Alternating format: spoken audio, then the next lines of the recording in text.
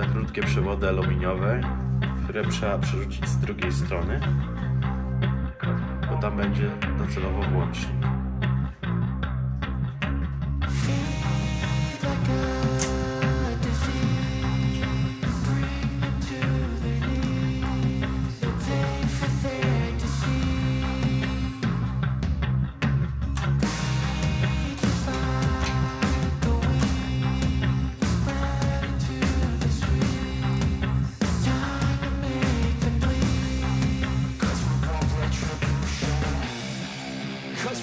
Retribution.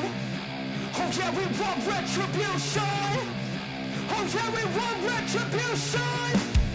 Oh yeah, we want retribution. Yeah, we ran out of patience.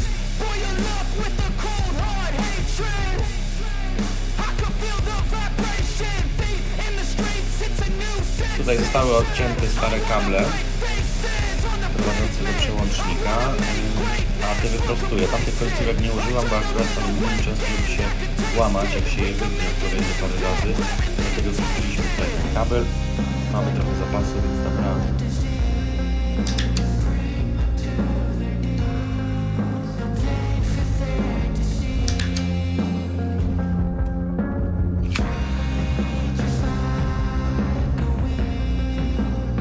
Tutaj mamy potrójne wago do łączenia, ale co jest najważniejsze, jak używamy pasty przeciwko utlenianiu się aluminium, żeby pasta była poprowadzona we wszystkich trzech górach.